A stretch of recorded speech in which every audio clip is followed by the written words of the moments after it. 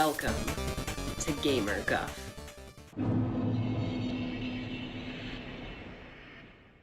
Well, Trigun Stampede has finally premiered. Wasn't even expecting it, but it popped up on Hulu when I was getting ready to listen to Peter Thomas talk about death and despair till I fell asleep. So instead, I gave it a watch. And here are my thoughts so far. Let's start with the intro. There isn't one. The original series intro and theme were awesome, and they got you pumped, setting the tone for this badass gunslinger, only to trick you because the show is Vash being a dumbass more often than anything else.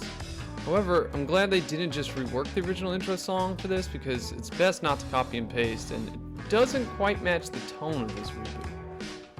As for the episode itself, it's definitely a reboot. This episode is actually quite similar to the first episode of the original anime. Meryl's looking for Vash, Vash is being hunted for his bounty, Vash is incompetent and doesn't have any bullets, faces off with a guy and defeats him in spectacular fashion, and then there's an explosion. It gives off that soft reboot vibe like Star Wars The Force Awakens, where they just hit the same beats in a slightly different way.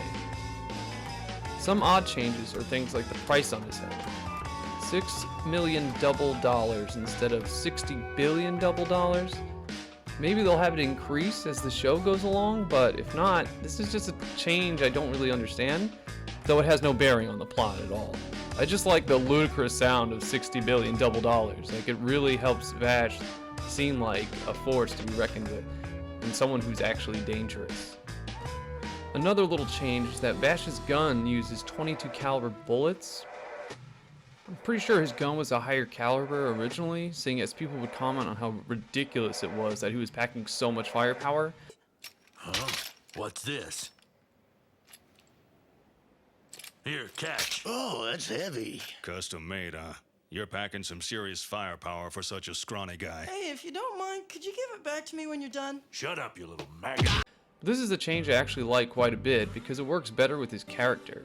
The gun itself is big and intimidating looking, but he's firing small caliber rounds from it, which is less likely to be lethal, and it fits his pacifist personality. It's a nice touch. Other changes. Millie Thompson is nowhere to be found. Instead, we get this fella named Roberto, who's an older drunkard that goes along with Meryl. Perhaps Millie will appear down the road sometime, but we'll just have to wait and see. Also changes Meryl's occupation. She was an insurance agent looking for Vash to keep him from further destruction of property. Now she's a journalist looking to get to Vash to interview him to either discover why he does what is said he's doing or to clear his name. This doesn't seem like much, but it completely changes how she interacts with Vash and how the story goes entirely. One of the main aspects of the original anime was that no one actually knew who Vash the Stampede was. They went solely on hearsay about his appearance, but no one really knew what he looked like. It was a mystery that Meryl was trying to figure out, and based on what she had heard about Vash the Stampede, she wasn't believing that this jackass shoveling donuts was an infamous outlaw who destroyed cities. In this reboot, these military guys have a wanted poster that has Vash's picture on it, so she just is convinced this is the humanoid typhoon.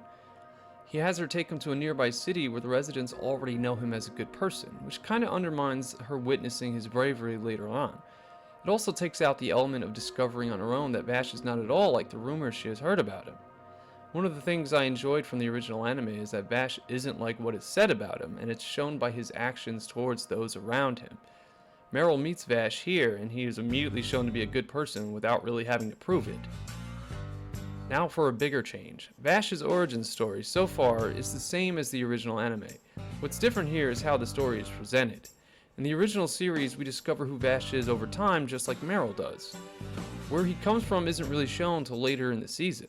This reboot opens up with Vash and his brother being saved by Rem as the ship explodes, so there's no mystery or discovery here.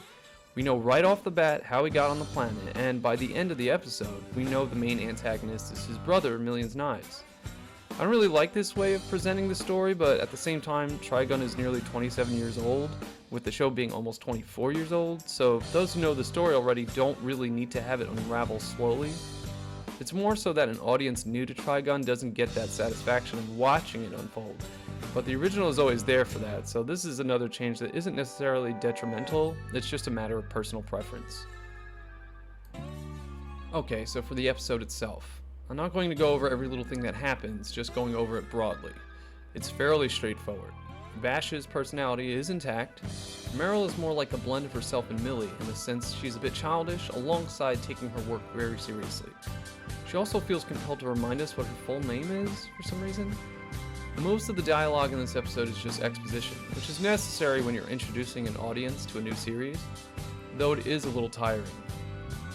There is one thing that I found to be really stupid though. Maybe it was overlooked or the animators were just lazy, but like during the duel with the military guy, the dude throws his gun and holster at Vash and says, "A duel is stupid." He then shoots a bazooka and it rains cluster bombs from the sky. Vash wants to shoot them out of the sky, but lo and behold, he doesn't have any bullets. He freaks out and cries like a dumbass, asking if anyone could give him some ammo. So, why doesn't he just pick up the fucking loaded gun at his feet? And it is definitely a loaded gun because we see the guy load and chamber it just seconds before. Instead, Meryl throws a single bullet up to Vash, and when he's about to catch it, the military guy shoots the bullet out of the air, with the fucking gun that he just threw at Vash seconds earlier. What happened here? That guy never even moved, but he got his gun back? Am I missing something? Maybe if he placed the gun at his feet instead of throwing it at Vash, it would make more sense, but this is just completely stupid. Vash kicks the shit out of the guy, doesn't take his gun, and instead decides to use a single bullet and a rock to take out the cluster bombs. I understand he's an incredible gunman, but I can't help but think how fucking stupid it is for him to not just use the fully loaded gun. He also shoots a big-ass rock in many fragments with a .22 caliber round, which just wouldn't happen, but I can accept that as something that further displays his skill as a gunman, knowing exactly where to land his shot, even with the smallest bullet, to get the desired effect. That's not something to be upset about, but the stupidity of not just picking up this guy's gun is pretty baffling. Lastly, because of course I gotta talk about it, the animation. I'm completely fine with it. It looks like what I'd imagine a Mega Man Legends game made today would look like. I don't like CG animation much at all, but I think using it for the show was a good way to further separate it from the original anime. It's not like the original anime had perfect animation anyway. As for the character designs, Meryl looks fine. Vash looks fine. Obviously, I'm always going to prefer the original, but I understand the change of appearance here somewhat. I'm assuming at some point he'll don the classic look again because he's known to have that look in this reboot anyway. Earlier in the episode, Meryl is shown a drawing of Vash and it's the classic look.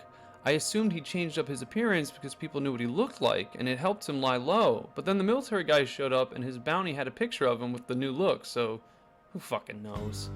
Overall, I don't hate this reboot. It's different enough to have me curious to see what else they'll be changing, so I'll keep watching. No, it's not as good as the original, but it was never going to be. It surely isn't bad though. Maybe I'll do more of these when they release more episodes. I'm not entirely sure. I don't know if I'll care enough. We'll just play it by ear and see how it goes. Until then... Repeat carefully after me! Okay. This world is made... This world is made of... This world is made of... made of love and peace!